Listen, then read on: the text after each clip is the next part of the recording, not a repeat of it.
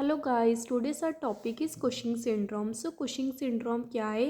ये एक hormonal disorder है जिसमें क्या होता है कि एक्सेस कॉर्टिसोल रिलीज होता है हमारी बॉडी के थ्रू, जिसकी वजह से हम इसे हाइपर कॉर्टिसोलिज्म भी बोलते हैं। सो इसमें हम रफ डायग्राम अगर ड्रॉ करेंगे, ये हमारी किडनीज होती है और किडनीज के ऊपर एड्रिनल ग्लैंड प्रेजेंट होते हैं जो कि कॉर्टिसोल को रिलीज करता है।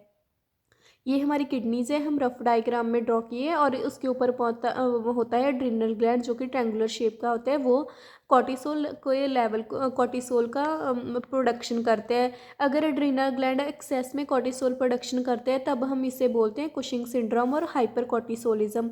मोस्टली ये कंडीशन एडल्ट्स में होती है 20 to 50 ईयर्स की एज में। सो क्या कौन से कॉजेज़ और रिस्क फैक्टर हैं कुशिंग सिंड्रोम के? अगर कोई पर्सन ज़्यादा एक्सेस में कॉर्टिकोस्टेरॉइड मेडिकेशंस ले रहा है जैसे प्रेडनिसन और प्रेडनिसोलोन, तब पर्सन को चांसेस होते हैं कि हाँ उसको कुशिंग सिंड्रोम हो सकते हैं। और अगर पर्सन कोई कॉर्टिकोस्टेरॉइड ट्रीटमेंट ले रहा है तब उसको चांसेस हैं।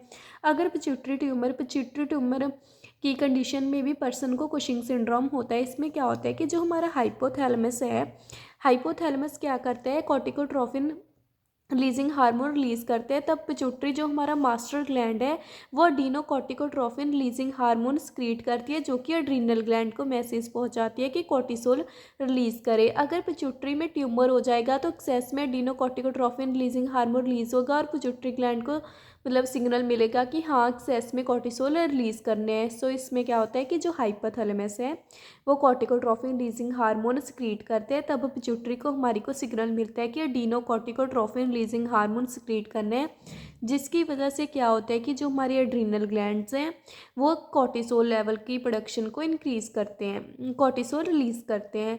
जब पिट्यूटरी में कोई ट्यूमर हो जाएगा तो पिट्यूटरी अच्छे से वर्क नहीं कर पाएगी, जिसकी वजह से क्या होता है कि एड्रीनल ग्लैंड एक्सेस में कॉर्टिसोल रिलीज़ करते हैं।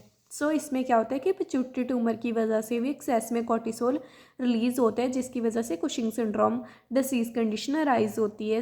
एड्रीनल हाइपरप्लेजिया और मलिग्नेंट अगर एड्रीनल ग्लैंड का क्यों ट्यूमर है तो उसकी वजह से भी एक्सेस में कॉर्टिसोल प्रोडक्शन होती है। इसमें क्या होता है कि अल्कोहलिज्म, अगर एक्सेस में पर्सन अल्कोहल कंज्यूम कर रहे हैं, या सीवियर डिप्रेशन की कंडीशन है पेशेंट को, या फिर एनोक्सिया नर्वोसा है, ये एक ईटिंग डिसऑर्डर है, इसकी वजह से भी सूडो कुशिंग सिंड्रोम हो सकता है पर्सन को।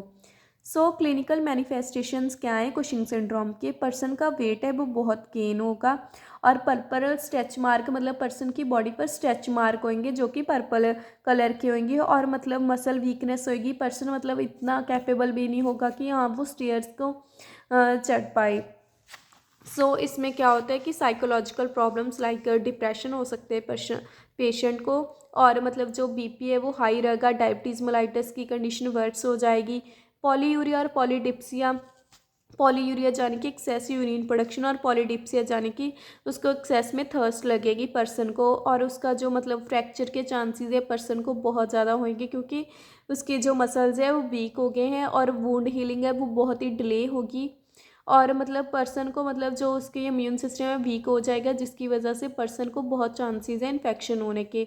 और इरेगुलर मेंसेस होंगी वुमेन में, एमिनोरिया की कंडीशन होगी, हिर्सुटिज्म यानी कि ओवर अबंडेंस ऑफ हेयर, ज़्यादा हेयर प्रोडक्शन होगी वुमेन में।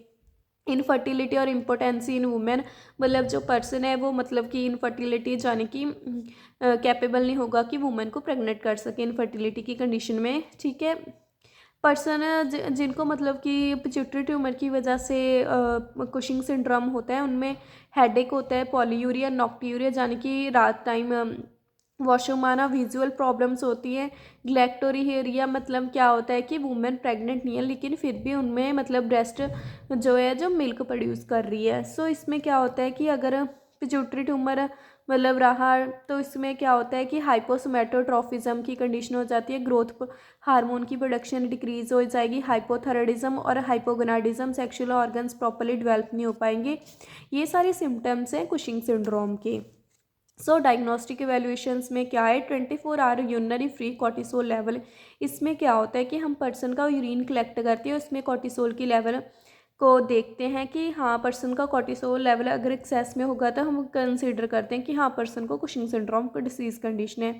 सेकंड क्या है, overnight 1 mg dexamethasone suppression test. इसमें क्या होता है कि हम डेक्सामिथासोन एडमिनिस्ट्रेटर करते हैं और पर्सन का कोर्टिसोल लेवल मेज़र करते हैं। सो नेक्स्ट क्या है, 48 hours low dose dexamethasone suppression test. इसमें क्या होता है, 0.5 mg डेक्सामिथासोन है वो, मतलब हम 6 आवर्स में 8 डोजेस देते हैं, तब जाकर हम कोर्टिसोल का लेवल मेज़र करते हैं।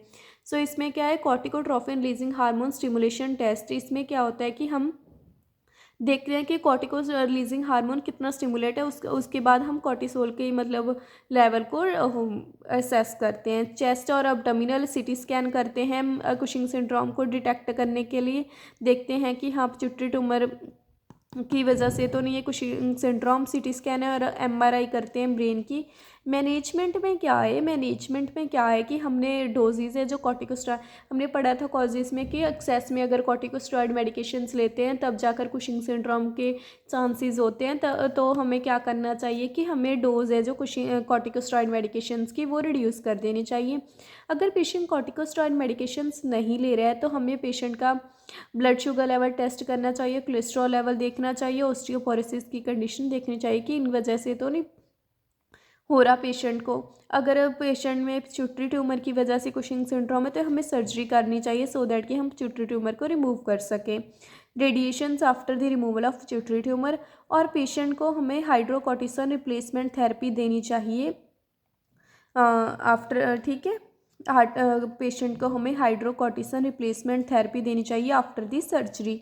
और सर्जरी हमें करनी चाहिए अगर एड्रिनल ट्यूमर है, यानी कि एड्रिनल ग्लैंड का ट्यूमर है, तब हमें उसे सर्जरी के थ्रू रिमूव करना चाहिए। अगर हम ट्यूमर को रिमूव नहीं कर पा रहे